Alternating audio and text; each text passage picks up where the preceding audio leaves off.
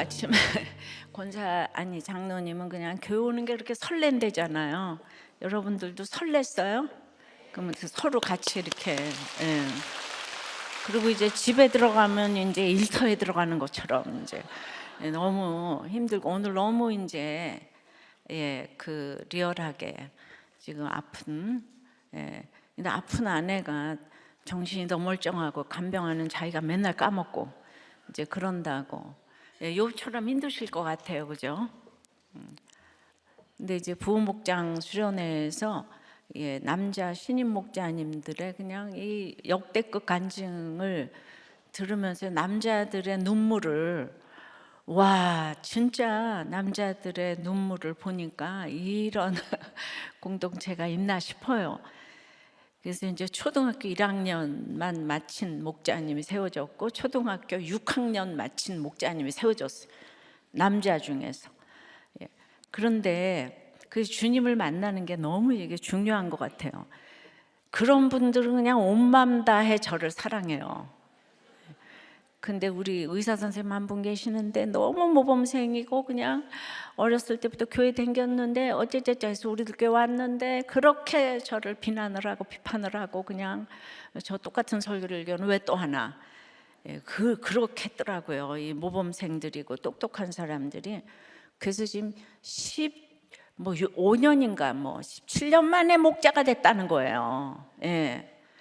그러니까 왜 똑똑한 사람은 나를 미워할까? 이것이 참 알고 싶어요. 그런데 그래도 그분도 그냥 너무나 울었어요. 그 의사 선생님이 환자 한 번 잘못되니까, 그러니까 자기 몸에 이렇게 뭐가 어려움이 딱 오니까, 그래서 우리가 기도를 하면 그래도 붙어 있었기 때문에 딱 깨달았잖아요. 그러니까 우리 그 결혼을 해서 공동체가 있고 양육 받는 시스템에 있으면은 이러고 있다가 문제 하나가 탁 터지면 그때가 살아날 때인 것 같아. 그러니까 그렇게 되기를 참 기다려야 되는 것도 아니고 말이에요. 그래서 이제 너무 이렇게 감동 정말 적이었다고 생각이 돼서 저는 엘리사가 진짜 말을 못 알아듣는 하사엘을 쏘아보고 통곡을 했잖아요, 그죠? 그러니까 내가 정말 여러분들 정말 다 쏘아보고 통곡할 사람이 너무 많아요. 그러니까 근데 못 알아들으니까 왜 울어요? 이러잖아요, 그죠? 왜 울어요? 네가 그냥 이 모든 사람들에게 행할 악 때문에 내가 운다. 말씀이 안 들리면은 악이고 이번 주일이 반드시 낫지만 반드시 죽는다. 우리가 이 땅에서 예수 믿는 사람이 반드시 잘 살지만 반드시 또 죽어요. 이게 반만 전하면 안 되는데 모두가 반만 전하는 걸 너무 원하잖아요, 그죠? 그러니까 내가 좌지운지가 아니고 창조 질서를 어지럽히는 이런 거를 찬성하면 우리는 쏘아봐야 되는 거죠. 창조 질서를 어지럽히는 거를 좋다고 그러면 우리는 쏘아봐야지. 그걸 안 쏘아봐요? 꿰뚫어 봐야지, 그죠? 근데 그런 걸 이렇게 다 옳다 그래서 나라가 인구 절벽이 되고, 그러니까 좋은 게 아니잖아요. 나는 이렇게 진짜 또 아무것도 할 사람이 아닌데 저절로 이제 그 예배를 드리지 못하는 그거를 경험했기 때문에 그 안타까움이 있는데 이거를 또 못 알아듣는 분들이 우리들 교회도 있어서 이렇게 이제 제가 누군지 모르지만 쏘아보겠어요. 제가 무슨 이해타산이 있겠어요. 그러니까 내가 왜 하나님을 믿지 목사님을 믿냐 이렇게 말하는 게 할 말이 없는 거죠, 그죠? 그러니까 다들 하나님을 믿지 내가 사람을 안 믿는다. 사람은 믿음의 대상이 아니지만 이건 다른 얘기예요. 근데 그걸 뭐라고 설명을 성령이 임하지 않으면 못 알아들어. 그러니까 말싸움이 돼. 그래서 참 통곡해야 될 일이 많이 있는 것 같아요. 그러니까 얘기를 하지만은 절대로 하사엘이 안 변하잖아요. 그러니까 얼마나 통곡이 되겠어요. 그래도 또 얘기는 해줘야 되니까. 그래서 이렇게 내가 말해도 안 변하는 이제 하사엘이 우리한테는 너무 많고, 하사엘은 너무 똑똑한 사람이고 사람 마음을 잘 얻는 사람이에요. 그러니까 베나닷도 넘어갔겠죠, 그죠? 그걸 참 분별하기가 어려워서 오늘도 말씀을 이제 듣고 하나님 분별하게 도와주시라고. 그러니까 오늘 말씀에도 나의 날이 이제 내 무덤이 아버지 같고 구더기가 어머니 같고 자매 같고, 얼마나 힘들면 그런 얘기를 하겠습니까? 근데 내 인생에 이렇게 절망을 느끼게 하는 것이 하나님의 그 컨셉인 것 같아요. 내 인생에 그러니까 이제 바랄 것, 기대할 게 아무것도 없다. 거기까지 가야지. 그래서 그걸 날 도와줄 사람이 예수 그리스도, 담보물이 돼주시는 예수님이 최고다라고 느끼게까지. 근데 여러분들은 그냥 저기 남편이, 아내가, 자녀가 담보물이기 때문에 그냥 그것 때문에 너무 슬프잖아요. 슬퍼서 해석이 안 돼. 하지만 욥이 그거 다 알아도 너무 힘들어. 지금 욥이 너무 힘들어. 근데 너무 힘드니까 계속 높은 데 계시는 중보자, 담보물 되시는 주님, 이 얘기가 나오잖아요. 그러니까 우리가 나 때문에 나를 힘들게 하는 엘리바스나 이런 사람들이 나를 그냥 비수를 꼽지만은 결국 내가 주님께 나가잖아. 그것 때문에 주님께 나가잖아요. 그러니까 고맙잖아요. 그러니까 이 친구들을 위해서 기도를 해야 되는 거예요. 내가 그 높은 데 계시는.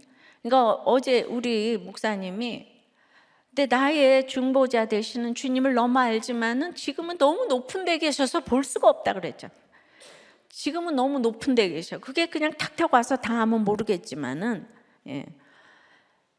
그래서 정말 내 인생에 그냥 내가 그 인생의 모든 거를 바랄 것이 아무것도 없어요. 거기까지 하나님이 나를 다루시는 거예요.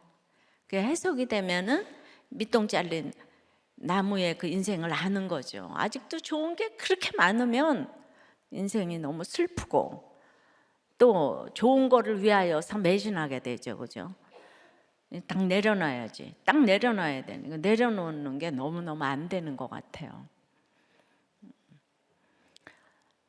큐티 그 세미나를 신청을 받으라고 했는데, 우리가 목자 수련회가 10시부터였는데 10시부터 신청을 하라고 그랬는데 그냥 3분 만에 마감이 됐어요.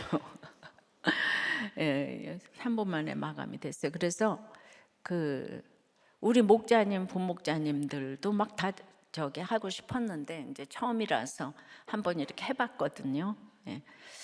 근데 너무 이제 아는 거지만은 기본적인 거를 계속 반복해야 될 필요가 있기 때문에, 그러나 우리는 큐티를 하니까 늘 새로운 강의가 나와요. 우리는 똑같은 걸 하는 건 아닌 것 같아.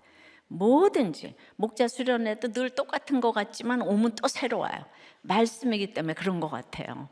그래서 하여튼 여러분들이 이제 이렇게 교사들도 많이 충원이 되면 큐티 세미나도 이제 밤에 야간반도 좀 해야 될 것 같고, 또 했을 때 와서 2반을 좀 할 것 같고, 이제 그런 한번 해보고 그렇게 이제 결정을 이제 하겠어요. 이제 잘 진행이 되도록. 그러니까 우리도 교회 뭐든지 하면 이렇게 3분 만에 마감이 되는데, 오직 3분 만에 마감이 안 되는 게 있으니 목회자 세미나 이것만 3분 만에 마감이 안 되고 맨날 신청하시라. 그래서 그것 때문에 또 이제 쏘아봐요, 내가. 그러니까 우리들 교회에도 제 말을 듣기 힘들다면 이거 누가 알아듣겠나 이런 생각을 제가 합니다. 우리들 교회에서 모든 직분을 가져도 제 말을 이렇게 이제 그래서 진짜 통곡이 나옵니다. 진짜 제가. 네, 그래서 이제 부모 학교를 또 하거든요. 부모 학교를 이제 하는데, 지금 큐티 세미나를 하는 것처럼 부모 학교도 우리 큐티 구속사가 너무 어렵다 그래서 우리도 교회가 가정중수하는 그 교회잖아요. 그래서 일반적인 언어로 좀 풀어서 구속사를 넣어가지고 그렇게 해서 이제 부모학교가 지금 한 3,200명이 수료를 했는데 이번에도 그렇게 이제 그 부모학교 꼭 들어가서 여러분들이 아는 것 같아도 또 다 몰라요. 부모학교 꼭 수료해 주시고 아버지 학교도 꼭 수료해 주시고 그래서 이 부모학교는 또 일반 사람에게 오픈이 돼 있어요. 그래서 80명을 모집하는데 이것도 이제 3분 안에 마감이 되는지 잘 모르겠지만은 우리들 교회도 참석하지 않은 분들은 다 이렇게 보내셔서 꼭 그냥 말씀이 들리더라도 일반적인 그 생각을 이렇게 좀 알아야 되니까 부모학교 교사들은 굉장히 그 학벌들이 대단하시고 유아교육계에 박사님들, 교수님들이 우리들 교회에도 많이 계셔요. 그래서 그렇게 이제 포진을 해서 이렇게 이제 같이 그 강의도 하고 나눔도 하니까 많이 참석을 해주시고요. 오늘은 늘 성령이 없다고 저한테 꾸짖음을 받고 있는 강등만 목사님과 너무나 그냥 출중하신 이성원 권사님의 강의가 이어지겠습니다. 박수로. 이제는 찬양이 아니라 설교로 인정받고 싶은 인정 중독자 나르시스트 강등만 목사입니다. 오늘 말씀은 요한복음 8장 31절부터 41절까지 말씀이고 진리가 자유롭게 하리라 라는 제목으로 말씀 전하겠습니다. 여러분, 설교를 시작하면서 여러분께 그림 하나를 보여드리려고 하는데요, 이 그림입니다. 보이시죠? 어떤 그림처럼 보이시나요? 대부분의 성도님들은 아마 철조망 속에 갇혀있는 기린 2마리가 보이실 겁니다. 아마도 동물원에 있는 기린일 수도 있겠고, 저 기린을 보면서 불쌍하다는 생각을 하시는 분도 계실 것 같습니다. 그럼 한번 관점을 바꿔서 생각해 볼까요? 여러분의 생각이 틀렸을 수도 있다고 생각하고 다시 한번 이 그림을 봐주시기 바랍니다. 이 그림에 있는 기린의 눈을 보면 마치 철조망 사이로 무언가를 들여다보고 있는 것처럼 보이진 않으시나요? 어쩌면 기린은 철조망에 갇혀 있는 것이 아니라 철조망 밖에서 오히려 그 안에 갇혀 있는 사람들을 바라보고 있는 것일지도 모른다는 것입니다. 기린은 우리를 향해서 당신들은 기복에 갇혀 있고 학벌에 갇혀 있고 또 세속사에 갇혀 있는 것은 아니냐며 오히려 인간들을 불쌍하게 바라보고 있을 수도 있다는 것입니다. 여러분, 어떠신가요? 우리는 그림 속의 기린을 보면서 당연히 저 철조망 속에 갇혀 있는 건 기린이라고만 생각했지, 반대로 우리가 어딘가에 갇혀 있을 수도 있다는 생각은 해보지 못하는 것 같습니다. 이 이야기는 연탄길의 작가인 이철환 작가의 책 예수 믿으면 행복해질까에서 소개하고 있는 내용인데요, 그는 책에서 내 생각이 틀릴 수도 있다는 것을 인정할 때 비로소 내 삶에서 놓치고 있었던 것이 무엇인지 알게 될 수 있을 것이라고 이야기합니다. 그렇게 자기 확신과 고정관념에 사로잡혀서 다른 관점으로는 생각을 못하는 사람, 그 사람들이 있는데 바로 오늘 본문에 등장하는 유대인들입니다. 오늘 본문을 보시면 예수님은 당신을 믿고자 하는 유대인들을 향해서 31절 32절 말씀에 너희가 내 말에 거하면 참으로 내 제자가 되고 이를 통해 진리를 알지니 진리가 너희를 자유롭게 하리라고 말씀하고 있는데요, 바로 이 말씀에 대해서 유대인들은 33절에 우리가 아브라함의 자손이라 남의 종이 된 적이 없거늘 어찌하여 우리가 자유롭게 되리라 하느냐고 반문합니다. 이 말이 무슨 말이냐면 자신들은 남의 종이 된 적이 없는데 어떻게 남의 말을 듣고 그대로만 살아야 하는 이 제자의 삶이 자유로운 삶이라고 말할 수 있느냐고 항의하는 것입니다. 그런데 여러분, 한번 이 말을 잘 생각해 보면 틀린 말은 아닌 것 같습니다. 이 유대인들의 말처럼 예수님의 제자가 된다는 것은 이제 더 이상 내 맘대로 살아갈 수 없고 예수의 뜻대로만 살아야 한다는 것인데, 그런 삶을 과연 진정으로 자유로운 삶이라고 할 수 있는 것일까요? 자유라는 단어의 이 사전적인 정의를 보면 외부적인 구속이나 무엇에 얽매이지 아니하고 자기 마음대로 할 수 있는 상태라고 말하는데 말입니다. 그렇다면 과연 오늘 본문이 말하고 있는 이 진리 안에서 누리는 자유라는 것은 어떤 자유를 말하는 것일까? 그 첫 번째는 삶이 말씀으로 해석받는 자유입니다. 삶이 말씀으로 해석받는 자유입니다. 오늘 본문에서 예수님은 당신을 따르는 유대인들 중에서 참된 신앙을 가지고 자신을 따르는 자들이 적다는 것을 알고 계셨습니다.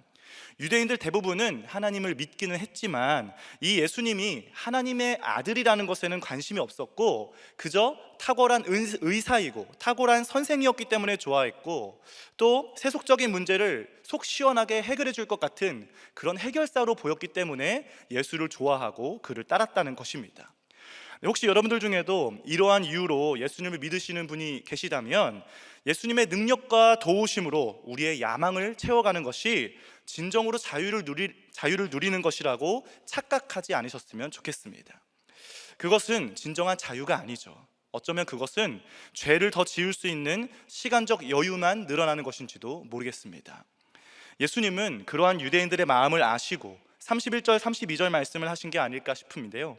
이것은 정말 아무 걱정 없이 자유롭게 좀 살아보고 싶어서 예수를 따르는 사람들에게 예수님이 친절하게 그 방법을 알려주시는 것이라고 할 수 있는 것입니다. 그 말씀이 무엇입니까? 너희가 내 말에 거하면 참으로 내 제자가 되고 제자가 되면 진리를 알게 될 텐데 그 진리로 인해 그토록 너희가 원하던 진정한 자유를 누리게 될 것이라고 친절하게 설명해 주고 있는 것이죠. 그러니까 진정한 자유라는 것은 예수의 말에 거할 때, 다른 말로 하면 자신의 생각이나 세상의 가치가 아닌 날마다의 말씀으로 내 삶을 해석하며 나아갈 때 비로소 누릴 수 있게 된다는 것입니다.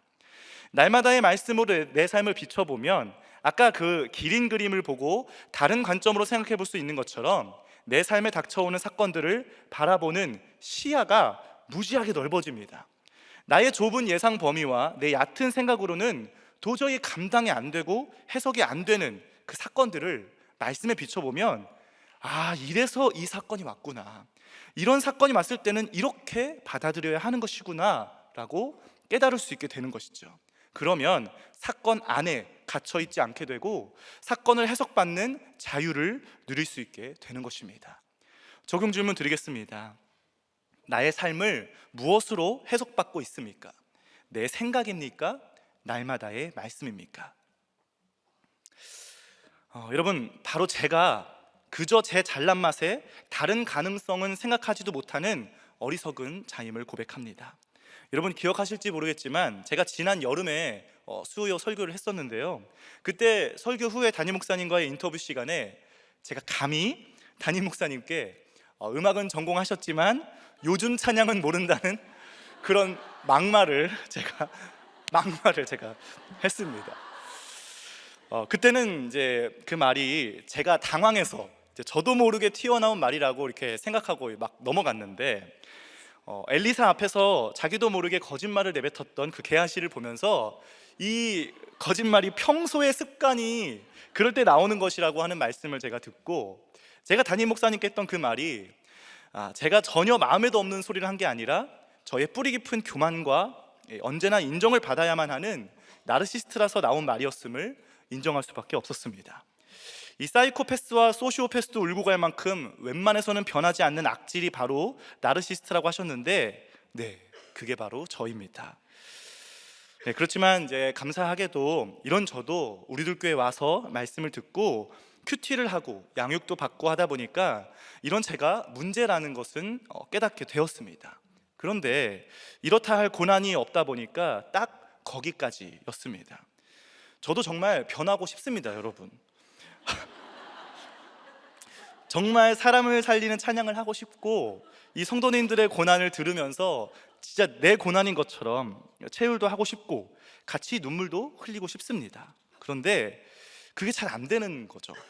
나름대로 매주 목장 탐방도 하고 성도님들의 간증을 귀 기울여 들어보기도 하고 하는데 잘 안 됩니다. 저도 참 답답합니다. 그런데 저는 그러한 저의 모습이 그 어느 정도 답답한 정도로 끝나는데 담임 목사님은 이런 저의 모습을 굉장히 안타까워하시고 애통해 하시는 거예요. 지난번 사역자 모임 때는 저의 이런 답답한 모습에 애통해 하시면서 눈물까지 흘리시더라고요. 이게 아직은 사건이 안 와서 모르겠지만 내가 죽은 후에라도 꼭 깨닫기를 바란다 하면서 눈물을 흘리시는 모습을 보면서 진짜 내가 뭐라고 눈물까지 흘리시는지 정말 분수에 안 맞게 넘치도록 과분한 사랑을 받고 있구나 하는 생각이 들었습니다.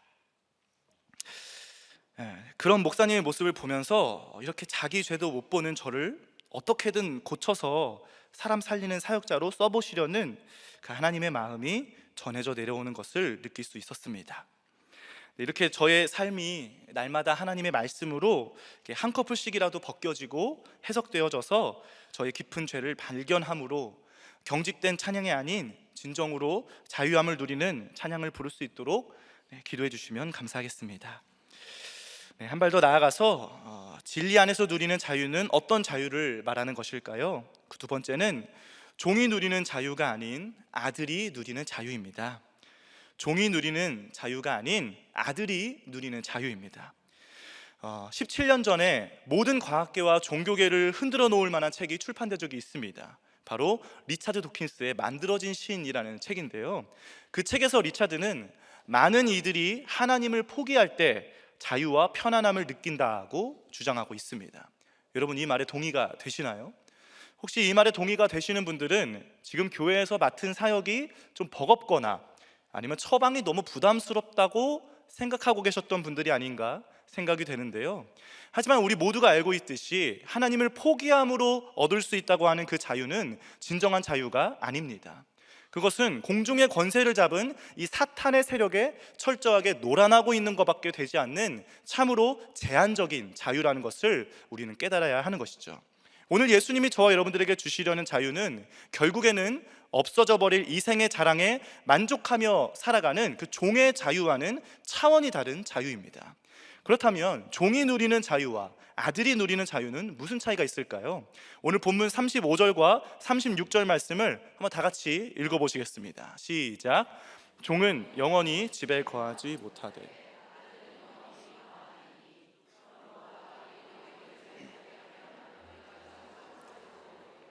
아멘. 바로 이것입니다. 종이 누리는 자유는 인간의 짧은 인생과 함께 끝나버립니다. 종은 아버지의 집에 영원히 거할 수 없는 것입니다. 하지만 하나님의 아들이신 예수 그리스도는 그 집의 주인이시고 또 영원히 거하실 수 있습니다. 바로 그 예수를 믿는 구원으로 인해 자유를 얻게 된다면 아들과 동일한 이 양자의 신분을 가지고 아버지의 집에 우리도 영원히 거할 수 있게 되는 것이죠. 이게 바로 종이 누리는 끝이 있는 자유와 아들이 누리는 끝이 없는 자유의 극명한 차이인 것입니다. 우리 목사님이 자주 하시는 말씀이 있죠. 세상으로 흘러 떠내려간다는 말입니다. 이게 무슨 말입니까? 한마디로 예수를 찾지 않을 만큼 세상에서 잘 먹고 잘 살게 되었다는 말입니다. 이 말이 부러우신가요? 오늘 말씀에 비춰서 이 말을 다시 말하면 주님이 주실 영원한 자유를 누리는 걸 포기하고 세상이 주는 잠깐의 자유만을 누리러 떠난다는 것입니다. 그러니까 이게 얼마나 불쌍한 인생이냐 말이죠. 사랑하는 여러분, 우리 인생은 밑동잘린 나무와 같은 짧은 인생임을 늘 기억하시기 바랍니다. 이것을 까먹지 않고 기억하고 싶으시면 강등만 작사, 강등만 작곡의 밑동잘린 나무를 무한 재생해 보시는 걸 추천드립니다. 구원을 위해 살아가는 이 삶이 고되다고 해서 이 땅에서 잠깐밖에 누리지 못할 종의 자유를 쫓아서 떠내려가는 것은 오히려 하나님 아버지와 영원히 누릴 수 있는 아들의 자유를 포기하는 것임을 기억하시기 바랍니다. 아까 앞에서 불렀던 찬양처럼 없어져 버릴 세상 것에 소망 두지 말고 영원히 없어지지 않을 하늘의 것을 소망하고 구하는 지혜로운 저와 여러분들이 되시기를 간절히 축원합니다. 적용 질문 드리겠습니다. 여러분은 이 땅에서 잠깐 잘 살 수 있는 종의 자유가 좋으신가요? 이 땅에서는 구원을 위해 수고하더라도 영원히 누릴 수 있는 아들의 자유가 좋으신가요? 마지막으로 진리 안에 누리는 자유는 어떤 자유를 말하는 것일까? 그 세 번째는 들은 말씀을 행함으로 누리는 자유입니다. 오늘 본문에 등장하는 유대인들은 처음에는 예수님이 나타내신 표적들을 보고 예수를 믿었습니다. 정확히는 믿었다라기보다는 그 표적을 계속 보고 싶어서 따라다녔다는 것이 더 정확한 표현일 것입니다. 그런데 우리가 기억해야 할 것은 표적은 목적지가 아니라는 것입니다. 이 표적은 쉽게 얘기하면 표지판이라고 이해하시면 좋겠습니다. 갈림길이 나타났는데 어디로 갈지 몰라서 방황하고 있을 때 표지판을 발견하면 어떨까요? 기쁨이 충만하겠죠. 우와, 이쪽으로 가면 되는 거였구나. 야, 이쪽이 길이었어 라고 하면서 굉장한 감격과 기쁨을 누리게 될 것입니다. 그러면 그 다음엔 어떻게 해야 됩니까? 그 화살표가 가리키는 방향으로 출발해야 하는 것입니다. 그런데 표적 자체가 목적이었던 사람들은 그 길을 걸어가지 않습니다. 왜 그렇죠? 이미 원하는 목적을 이루었으니까. 그 감격과 기쁨을 누린 걸로 끝나버리는 것입니다. 그러면 그 사람들은 그 다음엔 어떻게 합니까? 내가 더 감격할 수 있고 더 기뻐할 수 있는 다른 표적을 찾아다닙니다. 일부러 다른 갈림길을 찾아다니는 것입니다. 표적을 보고 싶어서 말이죠. 이게 유대인들이 예수님을 따라다니는 목적이었고 계속해서 예수님을 시험하는 일로 나타나게 되는 것입니다.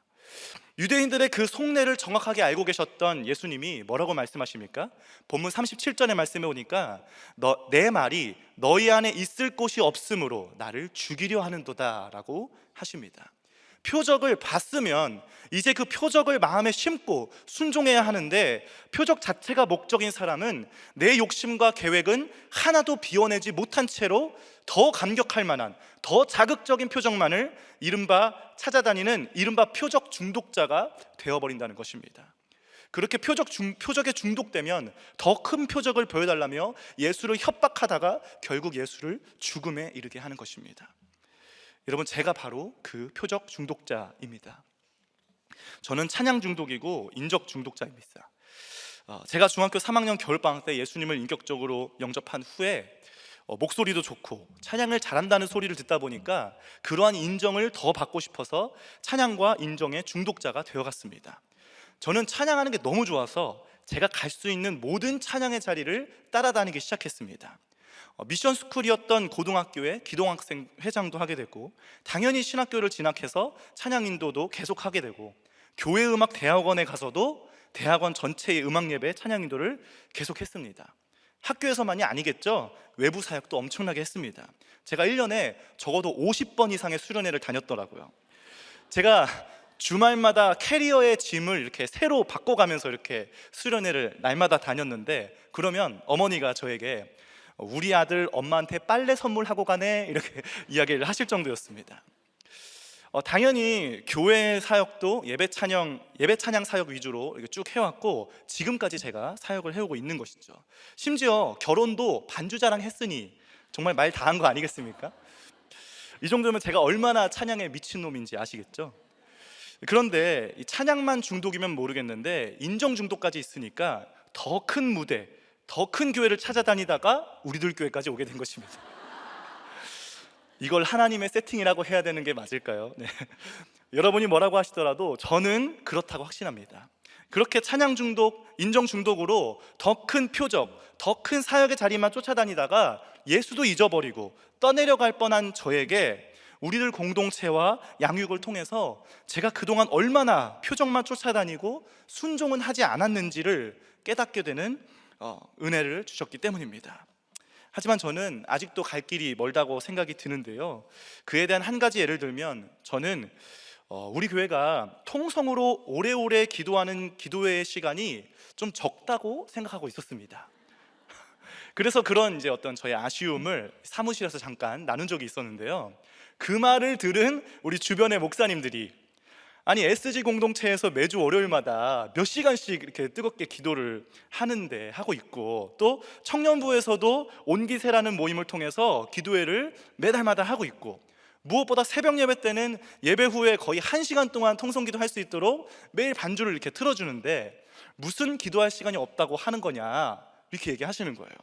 그러고 제가 생각을 해보니까 저는 이제 제가 강단 앞에 서서 제가 직접 인도하는 그 기도회만 없다고 생각했지 교회에서 이루어지는 많은 기도회들은 제가 참여할 생각은 전혀 해보지 못한 것이죠. 얼마나 제가 그 인정 중독에 사로잡혀 있었는지 깨달을 수 있었고 정말 고개를 들 수가 없겠더라고요. 그렇게 찬양을 좋아한다면 찬양의 본질인 하나님을 누구보다 경외하고 그분의 뜻을 따르는 데 더 집중을 해야 할 텐데, 저는 열광스러운 찬양의 자리만 사모하고 더 인정받을 수 있는 큰 무대만 찾아다녔던 중독자였음을 고백합니다. 우리 본문 39절 말씀부터의 말씀을 한번 볼까요? 예수께서 이르시되 너희가 아브라함의 자손이면 아브라함이 행한 일들을 할 것이거늘 지금 하나님께 들은 진리를 너희에게 말한 사람인 나를 죽이려 하는도다. 아브라함은 이렇게 하지 아니하였느니라. 나의 욕심을 내려놓고 이미 보여주신 그 예수의 표적, 아브라함의 표적을 내 안에 심고 그 가르침을 따라 순종하기로 결단하고 출발할 때 그 순종으로 인한 기쁨과 참된 자유를 누리게 될 줄로 믿습니다. 네, 마지막 적용 질문 드리겠습니다. 여러분은 더 자극적인 표적을 찾아다니십니까? 이미 보여주신 표적을 따라 순종하십니까? 여러분 안에는 예수님의 말씀이 있을 곳이 있습니까?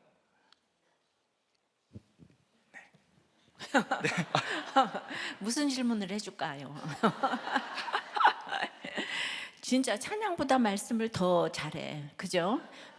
어떡하지? 자기는 찬양이 이 세상에 제일 좋은데 찬양보다 말씀을 조금 더 잘 전하는 것 같은데. 여러분은 여러분은 지금 그런 게 무슨 말인지 모르겠죠. 강등만 목사가 찬양을 얼마나 잘하는데 우리 목사님 너무 이상해 지금 다 그러면서 저를 쏘아보고 있죠. 그렇죠? 아니에요? 제 말이 맞아요? 수준 굉장하시네요. 제가 그런다 그러니까 그러는 거지. 여러분들이 또 뭘 분별하겠어요? 그렇죠? 예. 그래요. 그게 뭔지도 이렇게 모르겠지만은, 그러니까 우리도 꽤 와서 많이 힘들었을 거예요. 그죠? 이게 말은 안 해도 성품이 워낙 또 이제 들어야 되니까 억지로 꾹꾹 눌러 참았지. 아니 왜 나보고 저러시지 목사님은? 그러죠? 아니 근데 제가 우리 교회 와서 많이 이제 자유해진 게 있어서 더 눌린 게 많았었는데, 네 이제 자유하게 제가 찬양할 수 있게 돼가지고, 네. 그래도 이제 내 말이 들렸다 이거예요? 네네네. 목사님 말씀 너무 맞는 말씀입니다. 그러니까 이렇게 쏘아 보니까 이 사람은 좀 들렸네. 쏘아 보는데 안 들리면은 아브라함이 너에게 말한 사람이 나를 죽이려 한다 그러잖아요. 그러니까 내가 쏘아봤는데 말이 안 들리면 나를 죽이는 거예요. 그러니까 나를 죽이는 사람들이 얼마나 많겠어요 저한테. 이해가 되시죠? 그러니까 목장에서도 그 처방이 목자님이 쏘아보시면 들어야 되는데, 아니 나같이 찬양 잘하는 사람한테 저 목자님이 미쳤나 이러면서 이래가지고 이제 목자님을 죽이려고 하는, 꼭 목자님이라기보다는 이렇게 나한테 이제 그러니까 가감 없이 처방을 한다는 게 사실 죽음의 길인 것 같아요. 그러니까 이제 그 엘리야와 엘리사를 이해하지 못하면 이게 무슨 말인지 모르고, 제가 목장 모임에서 보니까 그 유다가 뭐 최고라 그러는데, 아니 요셉처럼 그렇게 훌륭한 사람을 보고 목사님 왜 그러시지? 하는 그런 나눔들이 있더라고요. 이게 전혀 이게 뭐 난 놓고, 그러니까 제가 참 좋은 게 좋은 거라고 이렇게 표적 얘기만 했으면 좋겠는데, 이제 그것이 아니고 표적이 향하는 그 십자가를 이 땅에서의 짧은 인생 그걸 얘기를 하니까 지금 이제 못 알아듣는 그 분들이 목장에서도 많이 있을 거고, 또 이제 사역자들도 맨 처음에 와서 이 얘기가 정말 이해가 안 되고 너무 이제 다들 너무 이제 아름답고 좋은 얘기만 하고 맨날 강등만 목사 잘한다는 얘기밖에 안 들었잖아, 그죠? 네. 그죠? 네. 그죠? 잘한다는 얘기밖에 안 듣는 게 꼭 좋은 건 아니란 얘기예요. 맞습니다. 근데 이게 영적인 거니까 어떻게 설명을 해요? 네. 그죠? 제가 사실은 우리 교회 오기 전에는 그런 이제 칭찬만 계속 들으니까 칭찬만 계속 들으니까 오히려 칭찬이 더 목이 마른 그렇지. 거예요. 칭찬 안 들으면 네. 그다음에 그 사람을 죽이고 싶어, 네. 그죠? 그러니까 이게 진짜 예. 중독이 진짜 맞는 게 예. 칭찬을 받으면 더 큰 칭찬, 네. 더 인정을 받고 싶어서 더 욕심을 내는 거죠. 그러니까 사실은 예쁘다는 네. 사람도 날마다 이쁘다 그러니까 이쁘다 그러지 않으면은 그날 이제 잠을 못 자는 거야. 네. 똑같은 거예요, 진짜. 네. 그래서 만약에 우리들께 와서도 이제 성도님들은 다 인정해 주셔도 만약에 목사님도 똑같이 이렇게 인정만 해주시고 칭찬만 해주셨으면 오히려 저는 더 큰데 어디 없나 이렇게 찾아다녔을 것 같아요. 네. 근데 첫날부터 지금 이렇게 까였기 때문에 맞습니다. 이게 뭐지? 그래 목사님이 요새 찬양을 모르네.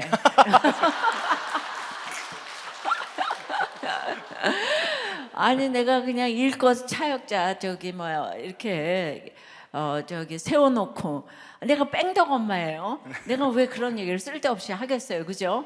그러니까 여러분들도 목장에서 어떤 얘기도 쓸데없는 얘기는 없어요. 그러니까 나한테 주신 음성으로 이제 들으면 자다가도 떡이 생길 줄 믿습니다. 네, 감사합니다. 네, 기도하겠습니다.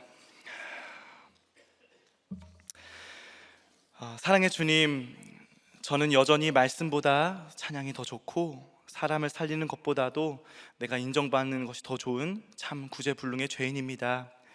그런 저를 불쌍히 여겨주셔서 우리들 공동체에 묶어주셨음에도 깊은 죄를 깨닫지 못해서 자포자기한 저를 주님이 붙잡아 주시고 특별히 목사님의 눈물을 통해서 그 사랑을 다시금 깨닫게 하시니 참 감사를 드립니다. 이제 저의 삶을 말씀에 비추어 날마다 조금씩이라도 해석하며 나아가기 원하오니 그 안에서 누려지는 자유함을 맛볼 수 있도록 인도하여 주옵소서. 놀라운 진리 안에 자유함을 누리게 하실 예수님의 이름으로 간절히 기도합니다. 아멘. 이성원 권사입니다. 며칠 전에 남편의 50년 지기 친구 부부와 식사할 기회가 있었습니다. 그런데 그 자리에서 그 아내가 제게 묻기를 예수님은 우리에게 자유를 주시기 위해서 십자가에서 돌아가셨는데 왜 우리들 교회는 죄고백과 회개를 그토록 강조하느냐는 것이었습니다. 그분들도 믿는 분들이에요. 근데 마침 그날은 제가 새벽 큐티를 하기 위해서 진리가 자유롭게 하리라의 제목으로 자유함에 대해서 나름대로 깊이 묵상한 후였기 때문에 주께서 허락하시는 자유함은 회개가 없이는 받을 수 없는 선물이고 그 둘은 떼어놓을 수 없는 용접된 세트 메뉴 같은 것이라고 말하고 저의 간증과 더불어 답을 해 주었습니다. 그리고 이번 주일 그 목자 부목자 수련회에서 간증하시는 우리 신임 목자님 그리고 부목자님들을 보면서 그 남편 친구 부부에게도 그 모습을 너무 보여주고 싶었어요. 그 넘치는 자유함에 저희들 너무 은혜를 받았거든요. 예, 정말 여러분은 자유라는 말을 들으면 어떤 생각이 드세요? 그냥 가슴이 설레죠, 그렇죠? 예, 자유라는 말은 사실 듣기만 해도 누구나 가슴이 설레는 말일 것 같아요. 제게는 더욱 그랬습니다. 모든 것을 시부모님께 맞춰 사느라 숨이 막혔기 때문에 정말 저는 무인도에 가서라도 숨 한 번 편히 쉬는 자유를 가져보는 것이 꿈이었어요. 근데 그때 제가 무인도에 갔다면 제가 무인도의 디바가 되었을 것 같아요. 그런데 그랬던 저를 회개케 하심으로 제가 무인도가 아니라 세상 어느 곳에 간다고 해도 만날 수 없는 자유함, 말로는 설명하기에는 너무나 크고 놀라운 자유함을 누리게 해주신 주님께 감사하는 마음으로 오늘 간증을 여러분과 나누고자 합니다. 저는 집안의 복덩이라는 말을 들으며 자랐습니다. 친정어머니는 제가 돼지띠인데다가 추석날 태어나서 아주 복이 많다고 하셨습니다. 근데 참고로 저희 친정 어머니는 조상 때부터 독실한 천주교 신자로 단 한 주도 성당에 결석한 적이 없으셨고 만약에 아이들이 성당 가는 것을 소홀히 하면 아주 큰 매로 다스리던 분이었어요. 그러니까 무엇을 믿은 건지 잘 모르겠지만 돼지띠를 믿으신 것 같아요. 예, 저는 이렇게 복덩어리라는 말과 잔소리할 게 하나도 없는 똘똘한 딸이라는 칭찬을 들으면서 행복하게 자랐습니다. 하지만 저희 집은 외삼촌 사업에 잘못 투자했고 보증을 선 일로 완전히 망했습니다. 근데 이후 어느 정도 회복이 되어 안정을 찾아갔는데 그 무렵에 친정 아버지가 전립선암 선고를 받게 되셨어요. 근데 그런 와중에 당신 딸의 단짝 친구였던 저를 눈여겨보셨던 저희 시어머니가 장남인 지금의 제 남편을 유학 보내기 전 저와 짝을 지어 함께 보내고 싶다는 전가를 보내오셨고, 엄마는 제가 너무 어리니 망설이셨어요. 하지만 시어머니는 딸만 주시면 우리가 공부를 시키겠다고 하셨고 또 허락해 주시라고 하셨습니다. 근데 그때 아버지는 암치료차 미국에 계셨는데 제가 연락해 오시기를, 이렇게 평범한 집안의 딸인 내가 유명한 정치인 집으로 시집을 가면 네가 많이 힘들 거라고, 그 결혼을 하지 않았으면 좋겠다고 만류하셨습니다. 하지만 어린 마음에도 그 탁월한 시댁이 너무 좋아 보였고 저도 거기에 속하고 싶어서 저는 결혼을 강행했습니다. 사실 그런데 그 탁월한 집안 장남과의 결혼 생활은 초반부터 정말 탁월하게 힘이 들었습니다. 사실 결혼 후 제가 바로 임신이 되었어요. 그리고 임신 16주 차에 방학을 맞이해 한국에 다니러 들어왔습니다. 근데 시어머니는 그 아이를 낳으면 유학도 끝내지 못할 것이라고 하시면서 귀국 바로 다음 날 저를 데리고 산부인과에 가서 낙태를 시키셨습니다. 제 나이 21살 때 일입니다. 제가 결혼을 아주 빨리 했죠. 그건 참 할 일이 아닌 것 같아요. 네, 회복실에서 눈을 뜬 제게 의사는 아기가 아들이었다고, 그리고 아주 컸다고 이렇게 말을 했습니다. 시어머니는 세상에 나오기 전에는 생명이 아니라고 굳건히 믿으셨고 그 당시에는 또 많은 분들이 그렇게 세뇌가 된 채로 많은 낙태를 하셨던 것 같습니다. 하지만 시대의 소리가 어떻든 낙태는 생명을 죽이는 것이기에 제게는 그날의 기억이 여전히 아주 아프게 남아 있습니다. 천국 가서 그 아기를 만난다면 용서하라고 용서를 빌고 싶습니다. 주일 설교에서 하사엘이 행할 모든 악을 알고 엘리사가 통곡하며 울었던 것이라고, 그리고 하나님도 우리의 행할 악을 아시고 통곡하신다는 말씀을 들으며 그가 주신 생명을 지우는 저와 저의 시어머니를 보고 통곡하셨을 아버지 하나님을 생각하고 저도 울었습니다. 하나님은 이후로도 오랜 시간 죄의 종이 되어 하나님 아버지를 통곡하게 한 저를 시집살이와 자식 고난으로 돌이켜 세우시고 제자 삼아 주셨습니다. 그리고 마침내 주께서 행하신 큰 일을 설명하라고 이 자리에 세우셨습니다. 저는 36살 주님을 만나기까지 36년을 본문에 나오는 유대인처럼 말씀에 아무 관심이 없는 사람으로 살았기에 예수님의 제자가 될 수 없었고, 사실은 예수님 제자가 되고 싶다는 생각도 해본 적이 없습니다.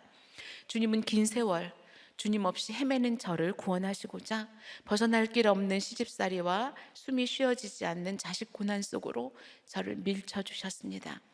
말씀에 전혀 관심이 없는 저로 하여금 주님의 이름을 부르게 할 방법은 아마도 도저히 대항할 수 없는 남편과 권세 있는 시부모님 밑에서 감옥에 갇힌 듯한 삶을 살게 하는 길밖에 없음을 하나님은 아셨던 것입니다.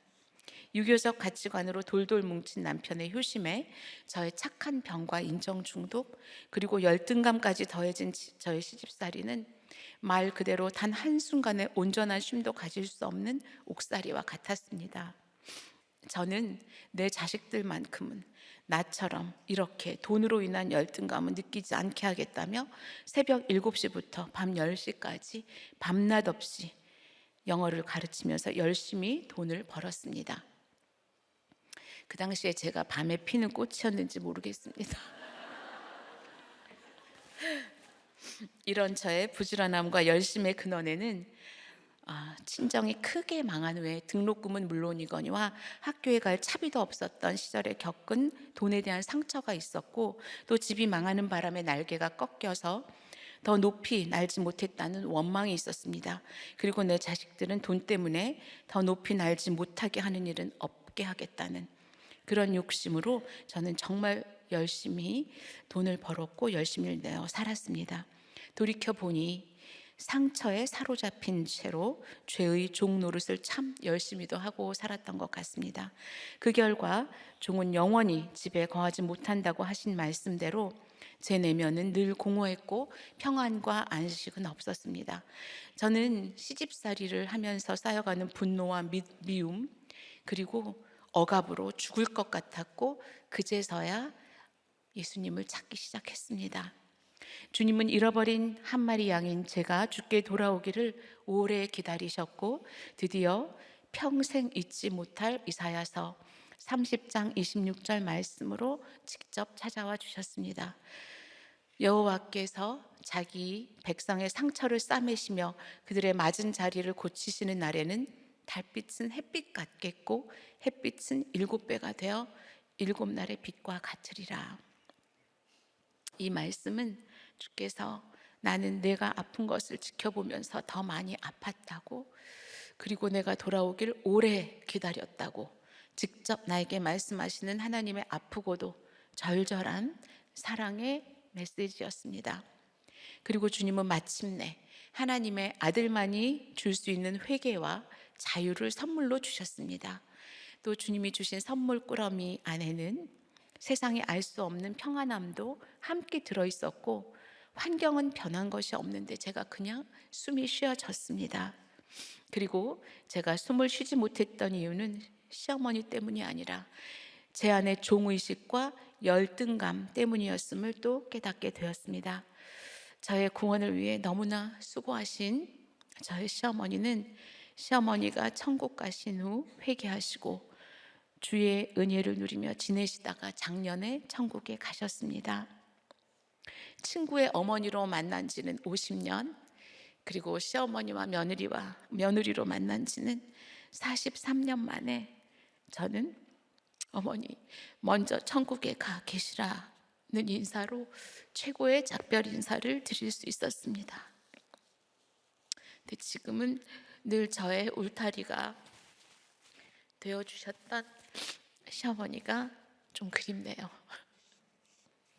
세상 가치관으로 무장된 채 이렇게 살다가 죽을 수밖에 없었던 저의 구원을 위해 정말 어린 나이에 장로님 댁으로 시집 보내시고 모든 면에서 넘사벽인 시부모님 밑에서 살림은 물론 일상에 필요한 많은 훈련을 받게 해주신 내 하나님께 너무 감사드립니다.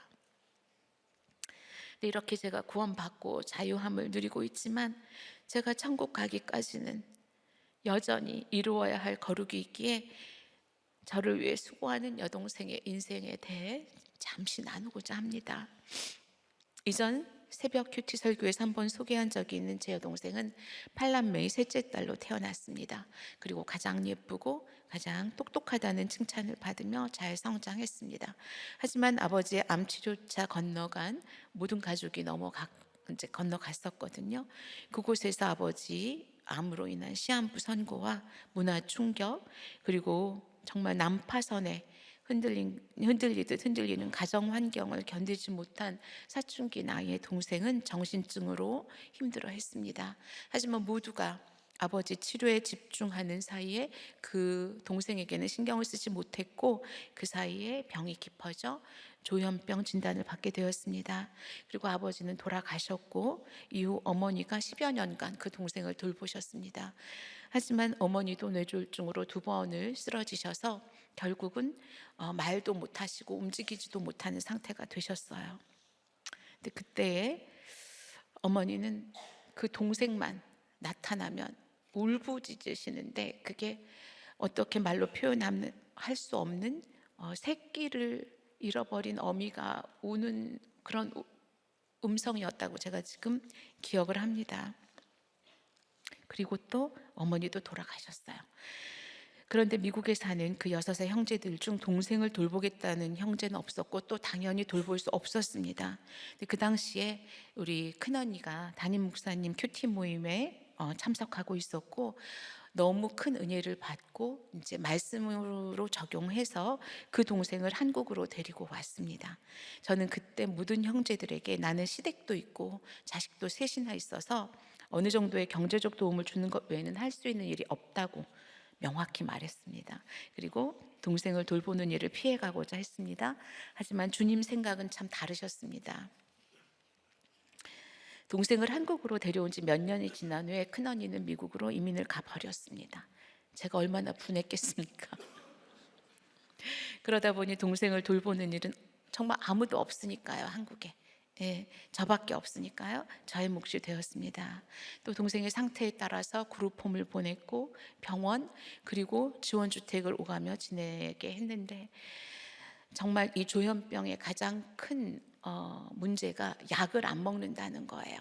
예, 그냥 괜찮아지면 또 약을 끊고 괜찮아지면 약을 끊고 하는 바람에 결국 상태가 너무 안 좋아졌고 코로나 기승을 부리던 때에 병원에 입원을 했습니다. 그리고 2년여의 입원 기간을 보낸 후 제가 입원이 너무 길어지니 퇴원을 시키는 게 어떻겠느냐고 주치의 선생님께 의논을 했습니다. 근데 주치의 선생님은 이 동생이 병에 대한 병식이라고 말씀을 하시더라고요. 그게 병에 대한 인식이라고 하시는데 병에 대한 인식이 희박하고 혼자 생활할 수 없는 상태라 퇴원하면 곧 며칠 만에 다시 재입원을 하게 될 것이라고 하시면서 정신요양원으로 갈 것을 권면하셨습니다. 저는 동생을 요양원에 입소시키고 나면 제 어깨의 부담이 좀 덜어지겠다는 생각으로 동생을 데리고 용인에서 송주까지 다니면서 면접을, 송주에 요양원이 있었거든요. 예, 하면서 면접을 하고 입소 허락을 받았습니다. 그런데 이번에도 주님의 생각은 또 저와 달랐습니다. 시집살이 고난으로 저의 낙태죄를 깨닫게 하시고 회개를 하도록 하신 주님은 제게 홀가분함이 아닌 또 한 번의 분수령적인 회개를 선물로 주셨습니다. 면접할 때는 볼 수가 없었던 그 생활관을 요양원에 입소하는 날 제가 살펴볼 수 있었습니다. 그런데 저는 동생의 기능이 정신요양원에 입소할 정도가 아닌 것을 그날 알 수 있었어요. 그 자리에서 정말 다시 데리고 나오고 싶은 마음이 있었지만 또 다른 방법이 없었기 때문에 일단 그곳에 남겨두고 집으로 돌아왔습니다. 이후 정말 잠이 오지 않더라고요. 고민이 많이 되고 어떻게 해야 되나 하는 제게 하나님은 큰 회개의 영을 부어주셨고 병들어 42년을 살면서 어느 누구에게도 환영받지 못하는 세월을 살아가는 동생을 저는 또 얼마나 무시했는지 보게 하셨습니다. 그리고 나의 악함을 직면케 하셨습니다.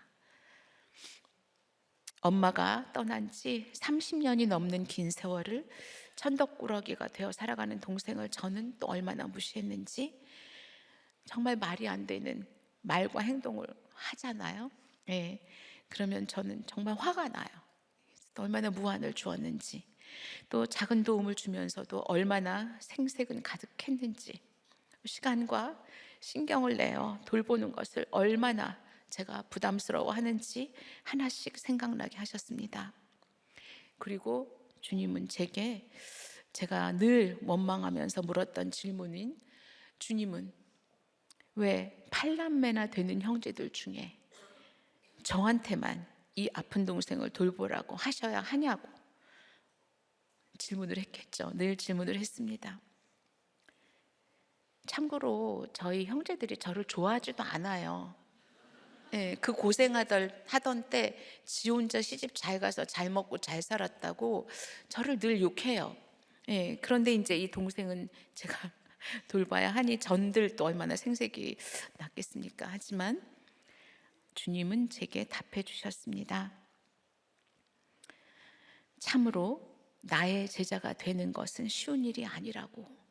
병과 씨름하면서 40년을 무시받으면서 아픈 세월을 살아내고 있는 내 동생이 내 곁에 있었기 때문에 내 안에 단단히 자리 잡은 무시의 죄를 볼 수 있지 않았느냐고 알려주셨습니다. 저는 남편에게 동생을 요양원에서 데리고 나오겠다고 했습니다. 남편은 제가 동생 일로 신경 쓰고 힘들어하는 것을 싫어합니다. 사실 어떤 남편이 처남이 셋씩이나 있는데 자기 아내에게 아픈 동생을 맡기는 것, 그것을 좋아했겠습니까? 근데 저는 남편에게 나는 지금 이 자리에 예수님이 초라한 모습으로 나타나시면 알아보지 못할 사람이라고, 그리고 이런 나 자신에게 한 번 더 기회를 줘보고 싶다고 했습니다. 그리고 남편의 허락을 받고 입소한 지 닷새 만에 동생을 데리고 나왔습니다.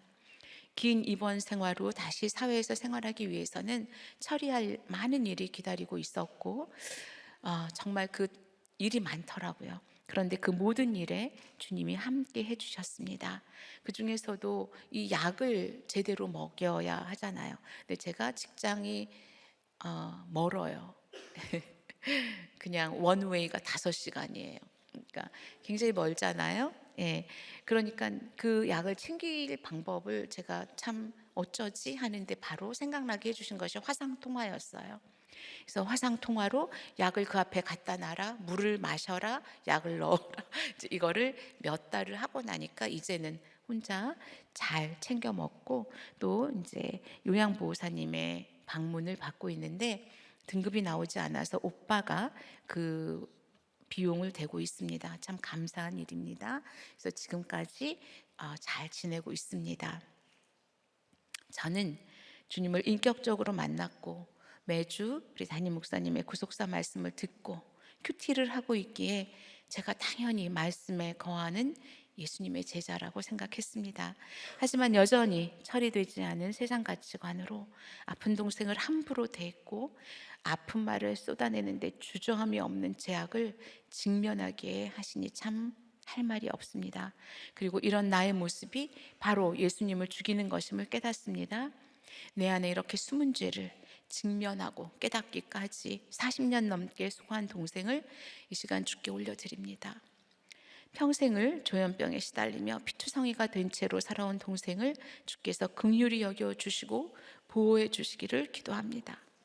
말이 안 되는 소리를 하고 하루에도 수없이 전화를 해대는 동생을 대할 때면 또다시 감정의 소용돌이에 휩싸여 힘들어하는 저를 불쌍히 여겨주시고 그 동생의 짐의 무게를 가벼이 여길 수 있도록 은혜를 베풀어 주실 것을 기도해 주시기 바랍니다.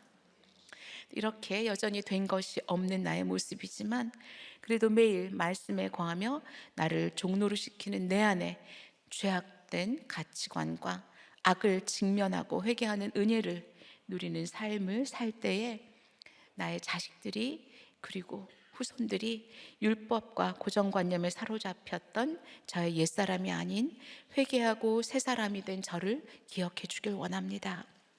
그리고 아버지 하나님을 인격적으로 만나 주께서 허락하신 자유의지로 매 순간 예수님이라면 어떻게 하셨을까를 생각하며 세상 욕심과 음란이 아닌 거룩을 향해 발걸음을 떼는 구원의 기적을 저의 자식들도 누리기를 원합니다. 아멘. 네. 근데 우리 동생이 갔는데 이제 후신이도 집에서 같이 살 거 아니에요. 동생은 지원주택에 따로 살고 따로 있어요. 지원주택이 어디 있는데? 천호동이요.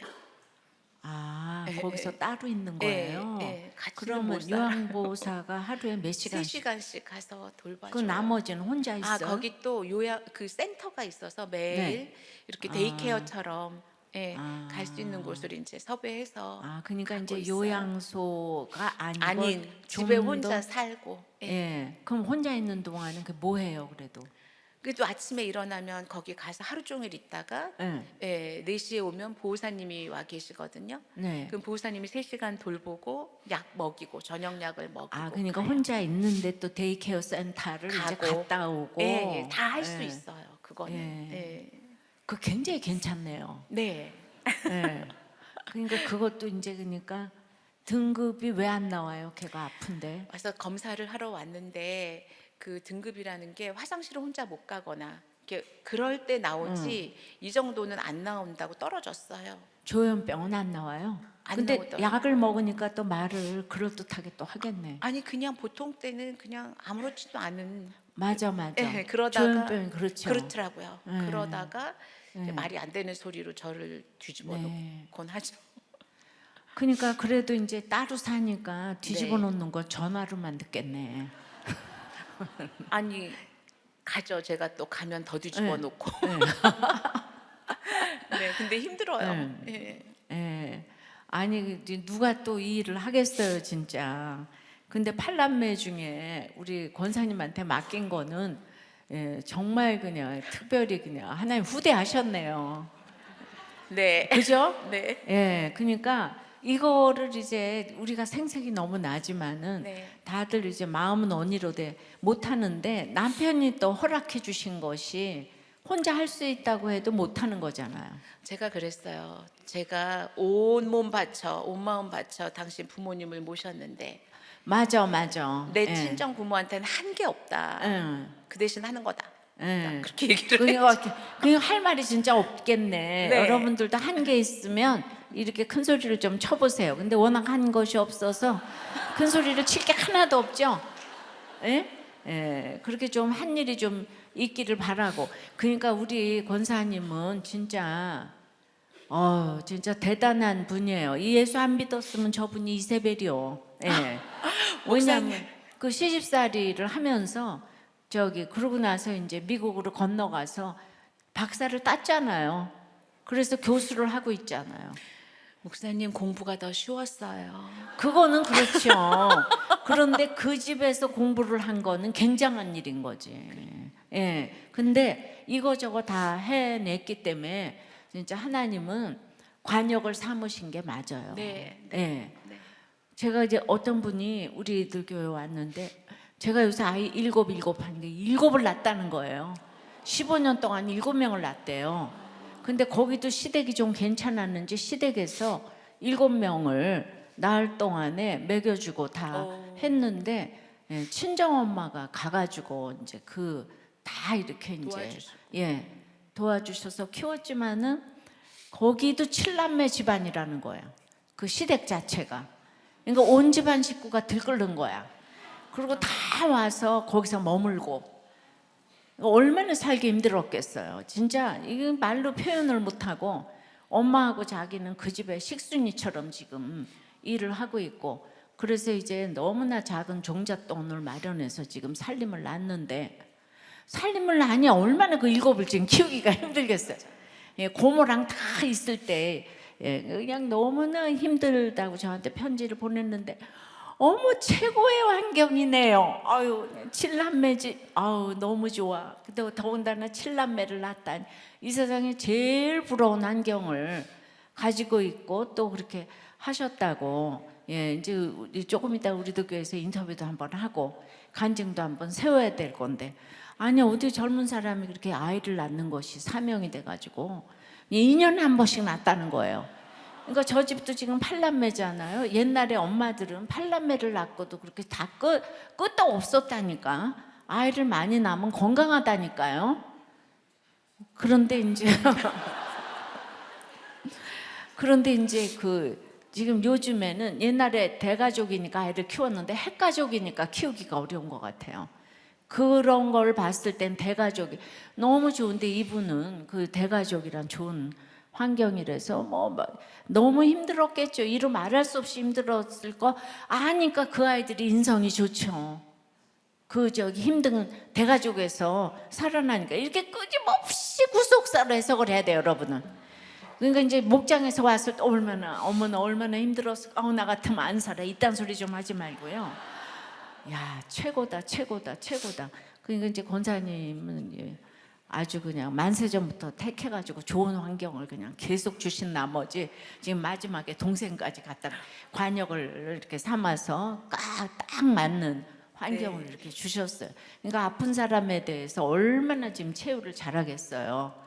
그러니까 이제 권사님이 그런 거 이제 공감을 잘해 주시니까 그렇게 또 직장 일을 하면서 병원까지 되셨잖아요. 그러니까 이런 환경이 없으면은 정말 이세벨리가 될 뻔했는데 하나님이 사랑하시사 이런 고난 속에서 말씀을 이렇게 만나게 하시고 구속사적으로 이렇게 해결을 해서 우리가 항상 이렇게 좀 거꾸로 해석했으면 좋겠습니다. 우리가 따라가지 못할 이렇게 적용을 알려주셔서 우리 각자 집안에서 지금 다 잠이 안 올 것 같아요, 여러분들. 난 저 적용을 어떻게 하나 많이 고민하세요. 고민하세요. 네, 은혜 받았습니다. 함께 기도하겠습니다. 아버지 하나님, 오늘도 우리에게 말씀에 거하면 나의 참 제자라고 응원해 주시니 감사합니다. 주님, 오랜 세월 큐티를 하면서 세상 가치관을 가지치기해 왔기에 이제는 제 안의 가치관이 주님 보시기에 그런대로 괜찮은 줄 알았습니다. 하지만 동생이 자신도 어찌할 수 없고 수술도 할 수 없는 조현병과 40년이 넘도록 싸우는 그 혹독한 세월을 보내고 나서야 제 안에 보이지 않게 또아리를 틀고 있던 죄성을 직면할 수 있었습니다. 속지 않으시는 주님은 저의 거룩을 이루시고자 아픈 동생을 곁에 두시고 저를 다듬는 수고를 하시는데, 저는 본문의 유대인들처럼 교만과 생색으로 가득한 채 원망하고 또 불평했습니다. 주님, 죄송합니다. 진리만이 우리를 자유케 하는 것을 잊지 말고 진리의 말씀에 거하며 말씀대로 지켜 행할 수 있기를 원합니다. 언제라도 다시 죄의 종노릇을 할 수 있는 연약한 저희들입니다. 말씀이 왕노릇하는 공동체에 딱 붙어서 진리의 말씀으로 삶을 해석받고 옛사람의 습성을 벗어버리고 참 자유를 누릴 수 있기를 원합니다. 주님, 오늘은 특별히 17년 전에 올려드렸던 저의 기도를 들어주신 주님께 큰 감사를 드립니다. 혹시나 지방에서의 직장 생활로 우리 목사님의 구속사 말씀을 듣지 못하게 된다면 직장을 내려놓겠다고 결단하며 기도했는데, 이렇게 은퇴의 날이 1년 앞으로 다가올 때까지 말씀대로 믿고 살고 누리는 공동체에서 팔복을 누리게 하시니 저는 정말 복덩어리가 많습니다. 주님 앞에 가는 날까지 주님 말씀에 거하며 팔복을 누리고 기쁘게 섬기는 주님의 제자로 살겠습니다. 하나님 아버지를 믿는 우리 모두 진리인 주님의 말씀대로 살아내기로 결단하고 주님 주시는 자유를 누리기 원하며 이 모든 말씀 예수님 이름 받들어 기도합니다. 아멘.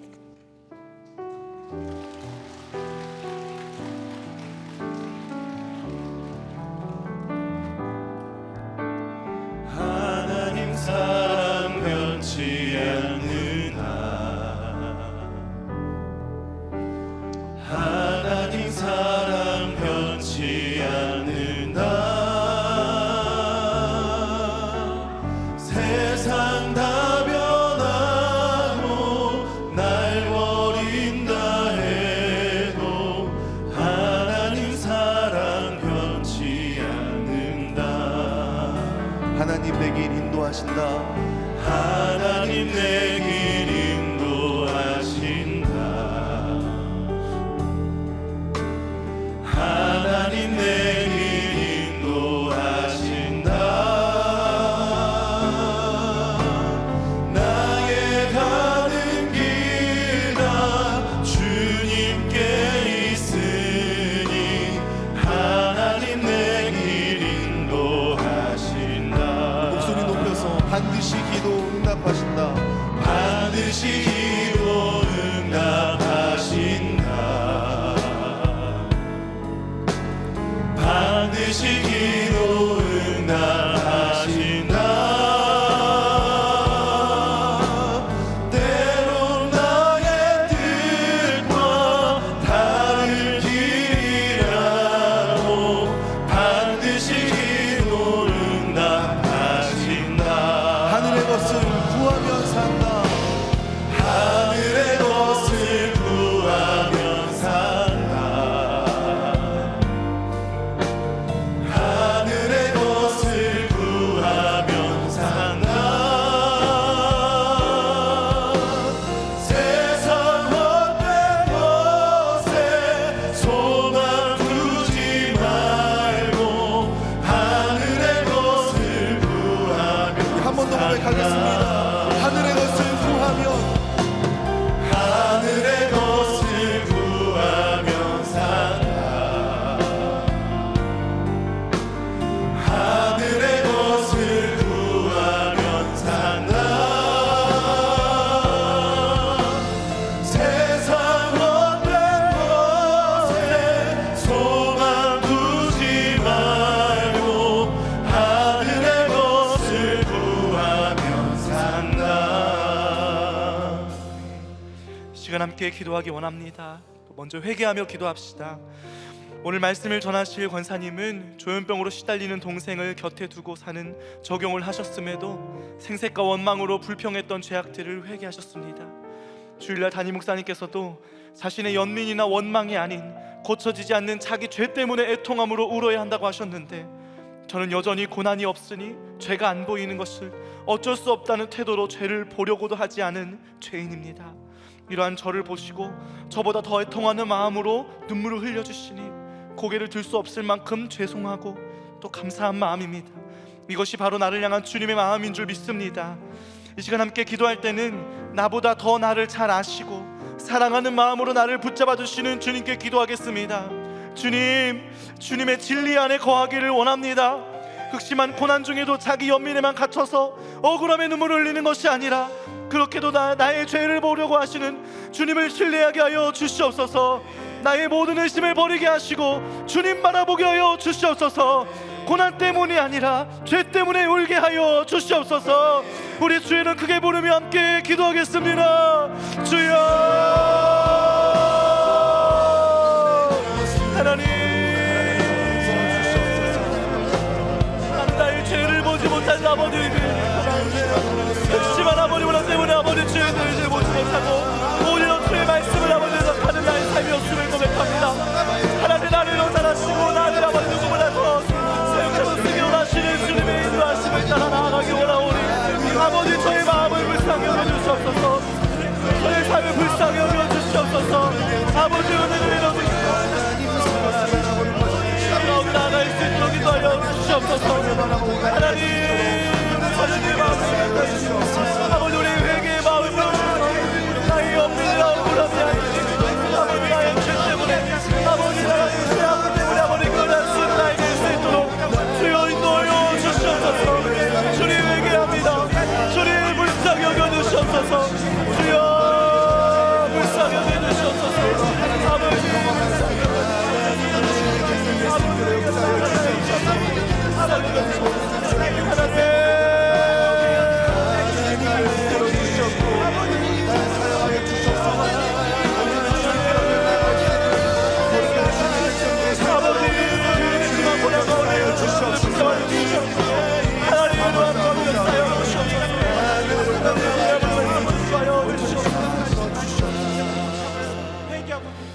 시간에는 우리 가정을 위해서 기도하겠습니다.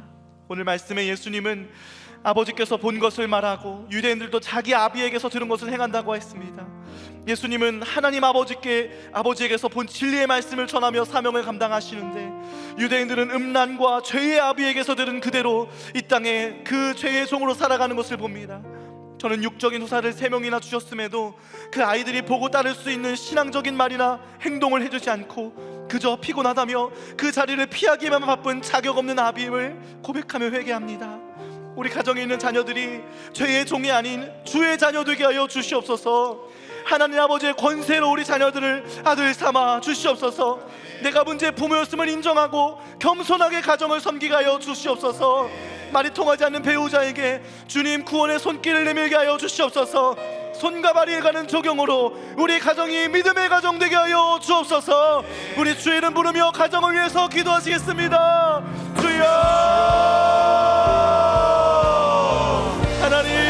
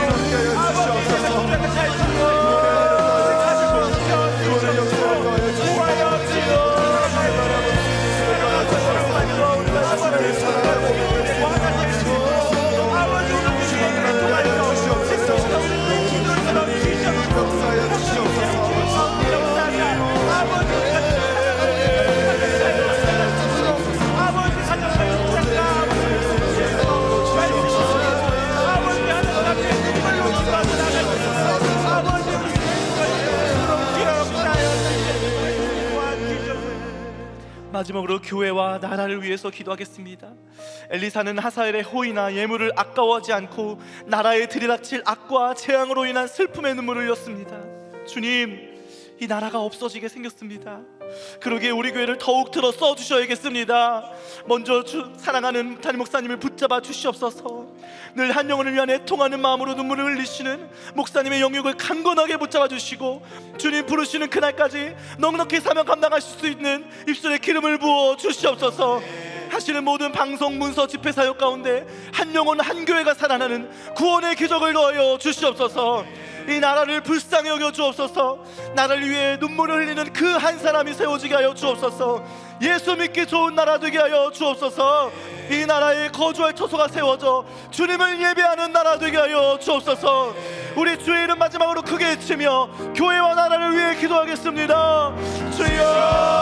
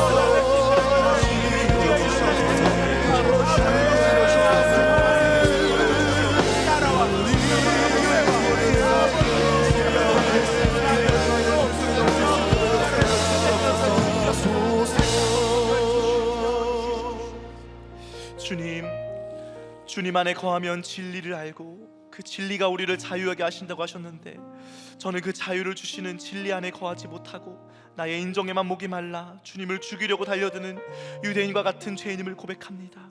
고난이 없으니 죄를 못 본다는 것이 합리화가 되어서 죄를 보려고도 하지 않는 저의 완악함을 불쌍히 여겨 주옵소서. 정말 주님 주시는 진리 안에서 자유함을 누리고 또 표적을 따라서 이제는 순종함으로 나아가기 원하오니 죄의 종의 늪에서 건져내어 자녀의 권세를 누리게 하여 주옵소서. 우리 가정을 위해 기도합니다. 우리 가정이 정말 예수 잘 믿는 가정 되게 하여 주옵소서. 가정에 닥쳐온 모든 사건과 고난들이 우리 가정의 구원과 거룩을 위한 사건들임이 인정되게 하시고 겸손한 마음으로 통과할 수 있도록 힘과 지혜를 더하여 주옵소서. 나를 죄의 종에서 건져내어 자녀 삼아주신 주님의 은혜를 기억하기 원합니다. 주님의 은혜를 따라 나도 자녀들이 본받아 따를 수 있는 영적인 부모가 되게 하여 주옵소서. 각 가정마다 가정 예배가 회복되게 하시고 함께 모여 큐티함으로 말씀이 가정 안에 깊숙이 심겨지게 하여 주옵소서. 우리 교회를 위해서 기도합니다. 우리 교회를 이 시대의 대안으로 세우셨으니 교회에 주신 시대적인 사명을 넉넉히 감당할 수 있도록 역사하여 주옵소서. 늘 한 영혼을 위해 나보다 더 애통하는 마음으로 눈물을 흘리며 기도하시는 담임 목사님의 영육간의 강건함을 지켜주시고 입술에 기름 부어주셔서 전하시는 모든 말씀마다 듣는 이로 하여금 말씀이 그 안에 심겨지게 하시고 자라나 열매 맺는 구원의 기적을 보게 하여 주옵소서. 특별히 교회에 계획되어 있는 많은 사역들이 있습니다. 청년 큐페, 아웃리치, 띵크, 큐티 세미나 등의 사역 가운데 역사하여 주셔서 참여하는 모든 성도들의 마음에 구령의 열정과 사명을 더하여 주옵소서. 한 명의 믿음의 지도자를 통해 이 나라를 세워주셨는데 이제는 인권이라는 이름으로 없어질 위기에 있는 이 나라를 불쌍히 여겨 주옵소서. 다가올 총선에 다시금 믿음으로 이 나라를 세워갈 위정자들이 세워지게 하시고 생명과 가정이 지켜지는 법안이 통과되어 생기가 넘치는 나라 되게 하여 주옵소서. 아멘.